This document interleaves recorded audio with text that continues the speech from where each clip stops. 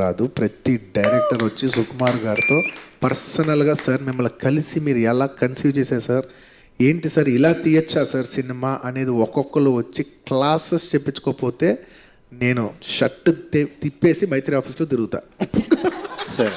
Sir దేవి గారు నేను నా వర్క్ అయితే నేను సిగ్గుపడుతూ చెప్పగలను, కానీ అవతలాల గురించి చెప్పాలంటే మాత్రం ఎక్కడ లేని కాన్ఫిడెన్స్ వస్తుంది. ఎందుకంటే అది అవతల విషయం, వాళ్ళు ఎంత బ్రిలియంట్గా చేశారు.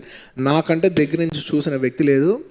పిచ్చెక్కిచ్చేస్తాడు మీకు సినిమా. నేను చెప్తున్నా, తను తీసిన విధానం రేపు అది హిట్ అవుద్దా, బ్లాక్ బస్టర్ అవుద్దా, ఇట్ ఈస్ ఇమ్మెటీరియల్. తన క్రాఫ్ట్ మాత్రం, తన ఎడిటింగ్, తన ఒక సీన్ కన్సీవ్ చేసిన విధానం, తన రాసిన విధానం, ఆర్టిస్ట్ దగ్గర నుంచి పర్ఫార్మెన్స్ ఎక్స్ట్రాక్ట్ చేసిన విధానం, background score, sound, each and everything from makeup to dialogue to every single thing రేపు మీ సినిమాలో చూస్తారు.